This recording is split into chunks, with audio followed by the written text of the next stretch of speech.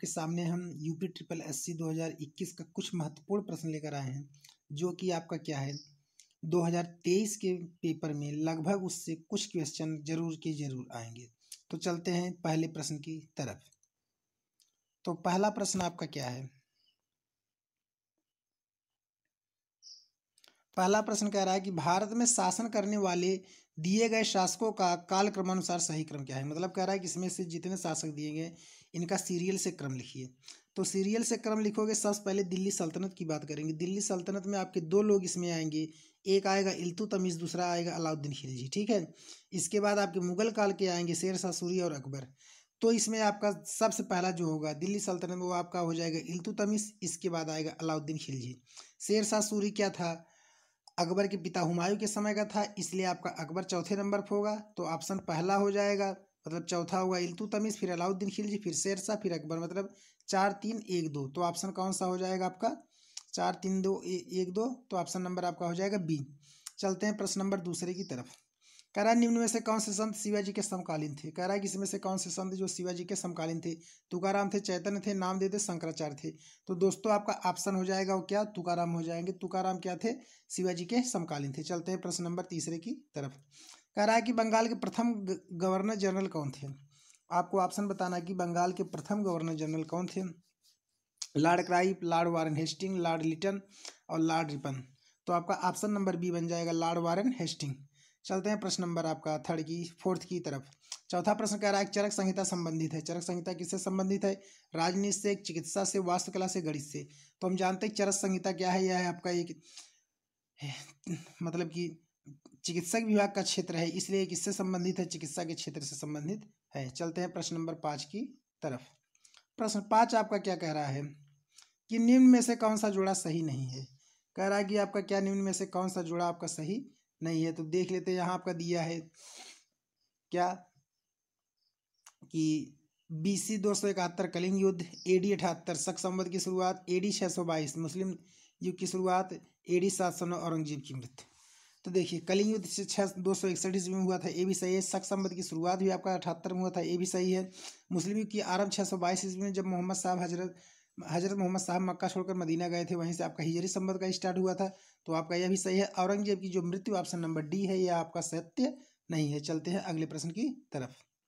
प्रश्न नंबर 6 कह रहा है इनमें से किसे भारत के ग्रांड ओल्ड मैन के नाम से जाना जाता है। मतलब इनमें से किसे भारत के ओल्ड मैन के नाम से जाना जाता है, बूढ़े आदमी के नाम से जाना जाता है। दादा भाई नौरोजी, WC बनर्जी, फिरोज शाह मेहता, सुरेंद्र नाथ बनर्जी।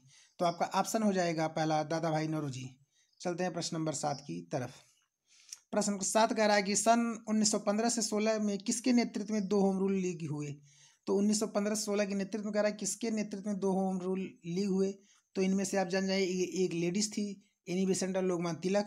बस एनी बेसेंट आपने नाम पा लिया, तो आपका पहला ही ऑप्शन हो जाएगा Annie Besant and Lokmanya Tilak. चलते हैं अगले प्रश्न की तरफ। प्रश्न नंबर 8 कह रहा है मिलान करिए। प्रश्न नंबर क्या कह रहा है 8, मिलान करिए। तो आपका ब्रह्म समाज है, जिसमें आपका क्या हो जाएगा, राजा राम मोहन राय हो जाएंगे। रामकृष्ण मिशन आपके हो जाएंगे कौन, स्वामी विवेकानंद। ठीक है। आर्य समाज दयानंद सरस्वती। इसके बाद सत्य शोधक समाज श्री के धराचार किचलू। ठीक है। तो ऑप्शन देख लेते हैं आपका ब्रह्म समाज, राजा राम मोहन राय। पहले का तीसरा ऑप्शन देखते हैं कौन मैच कर रहा है। पहले का तीसरा में हम देखते हैं, पहले का तीसरा है किसी ऑप्शन में। तो ऑप्शन देते हैं, देखते हैं पहले का तीसरा ऑप्शन नंबर आपका क्या है। C में भी है, D में भी है, A में भी है। चलिए इसके बाद चलते हैं हम किस में। ऑप्शन कह रहा है फिर रामकृष्ण मिशन, बी वाला पहले से मैच करेगा। तो बी वाला देखते हैं पहले से किससे मैच कर रहा है। बी और सी ऑप्शन हो गए, बाकी 2 कट गए, AD। फिर चलते हैं अगला देखते हैं, दूसरा दोनों मैच कर रहे हैं। चौथा देख लेते हैं, इसके बाद क्या है कि मतलब आपका C नंबर दूसरे के लिए दोनों सही है। D वाले के लिए देखते हैं क्या आपका होगा। ठीक है, D वाला किससे मैच कर रहा है। तो सत्य शोधक के लिए क्या हो जाएगा आपका, ज्योतिबा राय फुले हो जाएंगी। चलते हैं कौन सा ऑप्शन आपका इसमें मैच कर रहा है। तो आपका ऑप्शन हो जाएगा C नंबर, D का C नंबर हो जाएगा। ठीक है। तो आपका ऑप्शन क्या बन गया, D का C नंबर बन गया। तो मतलब आपका हो गया 3 1 2 5। तो चलते हैं अब आपका प्रश्न नंबर 9 की तरफ। करो या मरो का नारा किसने दिया? सरदार पटेल, जवाहरलाल नेहरू, सुभाष चंद्र बोस, महात्मा गांधी। ये बहुत ही सिंपल क्वेश्चन है, आप इसको तुरंत बता देंगे। इसका ऑप्शन हो जाएगा महात्मा गांधी। चलते हैं प्रश्न नंबर 10 की तरफ। प्रश्न आपका 10 क्या कह रहा है कि जब सुभाष चंद्र बोस ने भारतीय राष्ट्रीय कांग्रेस के अध्यक्ष पद से इस्तीफा दिया तो इस पद का प्रस्ताव किसे दिया गया था?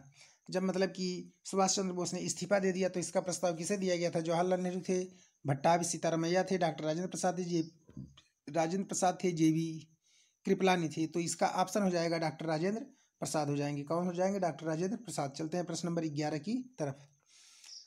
करा सलालपन बिजली परियोजना किस नदी पर स्थित है? सलालपन बिजली परियोजना किस नदी पर स्थित है? आपको ऑप्शन बताना है, झेलम है, रावी है, चीनाब है, ब्यास है। तो आपका ऑप्शन नंबर सी हो जाएगा, चीनाब नदी पर सलालपन बिजली परियोजना नदी स्थित है। चलते हैं प्रश्न नंबर 12 की तरफ। बसंत विषुवत होता है, बसंत विषुवत आपका जो होता है मार्च के महीने में होता है, ये आप जानते रहिए, इसलिए आपका ऑप्शन नंबर पहला ही हो जाएगा 12 का ए नंबर हो जाएगा। क्या हो जाएगा? ए नंबर हो जाएगी 21 मार्च को। ओके, चलते हैं प्रश्न नंबर 13 की तरफ। राजस्थान में खेतड़ी परियोजना किसके नेतृत्व में होता है? जस्ता इस्पात, ताबा, एल्युमिनियम। राजस्थान में जो खेतड़ी परियोजना है किसके नेतृत्व में होता है? आपका ऑप्शन हो जाएगा सी, ताबा के नेतृत्व में होता है। प्रश्न नंबर 14 की तरफ। काजीरंगा राष्ट्रीय उद्यान स्थित है। काजीरंगा राष्ट्रीय उद्यान आपका कहाँ स्थित है? ऑप्शन आपका दिया है मध्य प्रदेश, असम, पश्चिम बंगाल, केरल। तो आपका ऑप्शन नंबर बी हो जाएगा, असम में स्थित है। आपका प्रश्न 15 कह रहा है निम्नलिखित में से कौन सी हिमालय तंत्र की नदी नहीं है? तो कावेरी है, गंगा है, ब्रह्मपुत्र, गोदावरी है। तो इसमें आप जान लीजिए कावेरी गोदावरी आपका हिमालय तंत्र की नदी है, गंगा और ब्रह्मपुत्र नदी है। तो आपका ऑप्शन नंबर दूसरा और तीसरा, तो ऑप्शन नंबर बी मैच कर जाएगा। बी में क्या है? दूसरा और तीसरा है। चलते हैं प्रश्न नंबर अगले की तरफ। कह रहा है बैंक दर का अर्थ क्या है? साहूकार द्वारा ली जाने वाली ब्याज दर। ये आपका गलत है, मतलब केवल बड़े ही लोग ब्याज देंगे, ये आपका नहीं होगा। सूचित बैंकों द्वारा ली जाने वाली ब्याज दर, ये भी आपका मतलब जो सबसे छोटे बैंक होंगे उनके द्वारा ब्याज दर लिया जाए, ये भी नहीं हुई। बैंकिंग संस्थाओं के लाभ की दर, या फिर देश के केंद्रीय बैंक द्वारा ली जाने वाली आधिकारिक ब्याज की दर। तो आपका ऑप्शन नंबर हो जाएगा 16 में डी हो जाएगा। क्या हो जाएगा? 16 का डी हो जाएगा। चलते हैं प्रश्न नंबर 17 की तरफ। प्रश्न आपका 17 कह रहा है कि यदि आरबीआई नगद कोषानुपात को घटा दे तो साख सर्जन पर क्या प्रभाव पड़ेगा? तो कह रहा है कि जब कोषानुपात पर को घटाएगा तो साख सर्जन पर क्या प्रभाव पड़ेगा? कोई असर नहीं होगा, घट जाएगा, बढ़ जाएगा, इनमें से कोई नहीं। जब वो अपने कोषानुपात को घटाएगा साख सर्जन की मात्रा क्या हो जाएगी? बढ़ जाएगी। चलते हैं प्रश्न नंबर आपका 18 की तरफ। कह रहा है इनमें से किस प्रकार की अर्थव्यवस्था में संसाधनों पर निजी अधिकार होते हैं और आर्थिक गतिविधियों का मुख्य उद्देश्य लाभ अर्जित करना होता है? कह रहा है पूंजीवादी, समाजवादी, मिश्रित, वैश्विक। देखिए पूंजीवादी जो होता है जिसपे अर्थव्यवस्था का मूल अधिकार होता है, जिससे हम क्या करते हैं? लाभ को प्राप्त करते हैं, इसलिए आपका ऑप्शन नंबर क्या हो जाएगा? पहला हो जाएगा पूंजीवादी। चलते हैं प्रश्न नंबर आपका 19 की तरफ। कह रहा है कि 100 रुपए का नोट किसके द्वारा हस्ताक्षरित होता है? आरबीआई गवर्नर, भारत के राष्ट्रपति, वित्त मंत्री, वित्त सचिव। तो चाहे आपका 100 रुपए का नोट हो या किसी का नोट हो, तो उस पर आरबीआई गवर्नर का सिग्नेचर होता है। चलते हैं प्रश्न नंबर 20 की तरफ। 20 आपका कह रहा है कि फेमा का पूर्ण रूप है। फेमा का जो पूर्ण रूप है, इसमें आप डायरेक्ट याद कर लीजिए, fund exchange media agency. FEMA का यह क्या है? पूर्ण रूप है। प्रश्न नंबर चलते हैं 21 की तरफ। भारत के संविधान में जन स्वास्थ्य एवं स्वच्छता किसमें शामिल है? भारत के संविधान में जन स्वास्थ्य एवं स्वच्छता किसमें शामिल है? राज्य सूची में, समवर्ती सूची में, संघ सूची में, इनमें से किसी में नहीं। तो आप बताइए ऑप्शन आपका इसमें क्या हो जाएगा? ऑप्शन हो जाएगा राज्य सूची में। क्या हो जाएगा? राज्य सूची में। चलते हैं प्रश्न नंबर अगले की तरफ। प्रश्न आपका 22 क्या कह रहा है? भारत में पंचायती राज व्यवस्था इसके अंतर्गत रखी है। भारत में जो पंचायती राज व्यवस्था किसके अंतर्गत रखी? मूल अधिकार के अंतर्गत है, मौलिक कर्तव्य के अंतर्गत है, राजनीति निदेशक तत्व के अंतर्गत है, इनमें से कोई नहीं।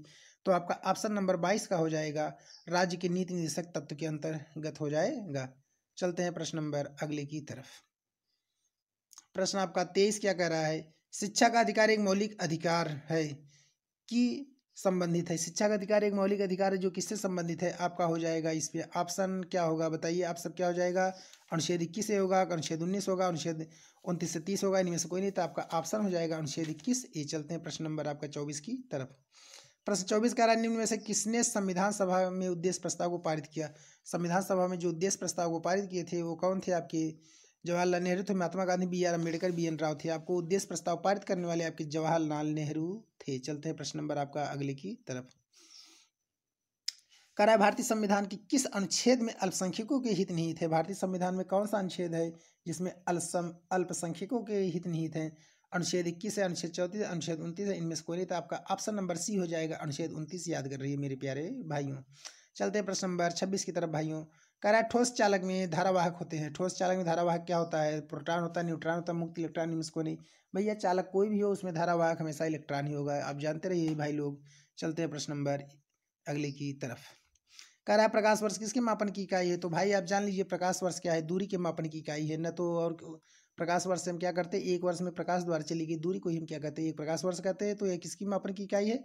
दूरी की एक मापन की इकाई है, जो आपका ऑप्शन नंबर क्या हो जाएगा, सी हो जाएगा। एक वर्ष में निर्वात में चलेगी प्रकाश की दूरी।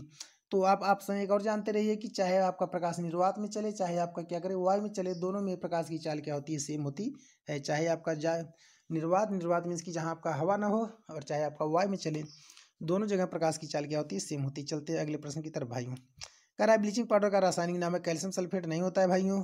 कैल्शियम ऑक्सीक्लोराइड देखते हैं, सोडियम बाइकार्बोनेट ये भी नहीं होता है भाइयों, सोडियम क्लोराइड ये भी नहीं होता है। तो ब्लीचिंग पाउडर का रासायनिक नाम होता है जो आपका भाइयों कैल्शियम ऑक्सीक्लोराइड या कैल्शियम क्लोरोहाइपोक्लोराइड होता है, या कैल्शियम ऑक्सी डाइक्लोराइड होता है, ये भी आप जानते रहिए। ठीक है, चलते हैं प्रश्न नंबर अगले की तरफ। कह रहा है 18 कैरेट सोने में खरे सोने का प्रतिशत है भाइयों। 18 कैरेट सोने में खरे सोने का प्रतिशत है, तो आप इसको सॉल्व कर लीजिए। 18% कह रहा है, तो आपका खरा सोना कह रहा है, तो 18 बटा आप 24 कर दीजिए, गुणे 100 कर दीजिए, तो आपका ऑप्शन आ जाएगा कितना हो जाएगा, 75%। ऑप्शन नंबर क्या हो जाएगा, बी हो जाएगा। ठीक है भाई, चलते हैं आपका अगले प्रश्न की तरफ। कह रहा है संतरे में बहुतायत में पाया जाता है। संतरा भैया क्या होता है, खट्टा होता है, कैसा होता है, खट्टा होता है। तो जो चीज़ खट्टा होगा उसमें क्या होगा, विटामिन सी ज़्यादा मिलेगी।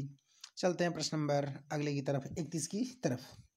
तो प्रश्न आपका 31 का रहा है, सी नंबर आपका क्या है, यहाँ पे देखिए 196 है, क्वेश्चन मार्क की जगह आप क्या करिए, यक्स कर दीजिए, और 196 है, यहाँ आपका 72/56 है। तो आप यहाँ से जब करड़ी हटाओगे तो यक्स बटे 196 कर दीजिए, 72 गुणे 72 और 56 गुणे 56 कर दीजिए। इसके बाद आप सॉल्व कर दीजिए, तो आपका ऑप्शन इसमें भाइयों हो जाएगा क्या, सी नंबर हो जाएगा, 324 हो जाएगा। चलते हैं अगले प्रश्न की तरफ।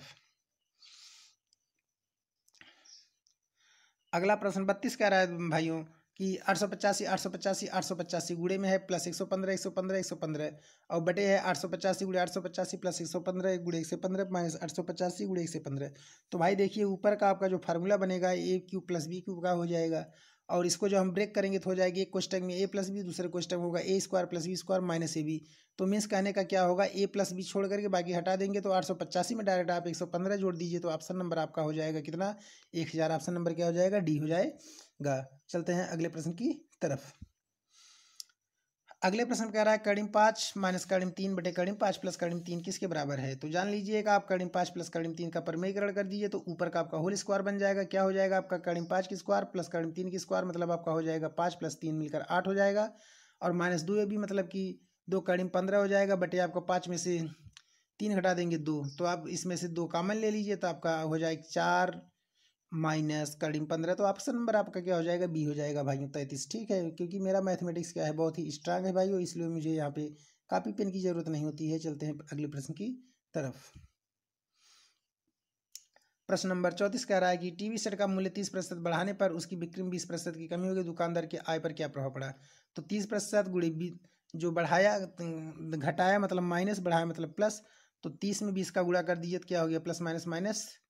ठीक है, और नहीं ऐसे करिए, इसका फार्मूला होता है A plus B plus A into B upon 100 होता है दोस्तों। क्या होता है, A plus B plus A B upon 100। तो मीन्स कहने को हो जाएगा -30 में से +20 को घटाएंगे 10 आ गया, और 30 गुणे 20 गुणे 30 गुणे 20 बटा 100 करेंगे, तो 2 जीरो कट गया दोस्तों। तो आपका हो जाए कितना, 3 दूना 6 हो गया। तो मीन्स कहने का हो गया आपका इसमें, तो 10 इधर और -6 इधर, तो मिलकर 16% की घाटा हो जाएगा। ऑप्शन नंबर आपका क्या हो जाएगा, 34 का डी हो जाएगा दोस्तों। क्या हो जाएगा, 34 का डी हो जाएगा। चलते हैं प्रश्न नंबर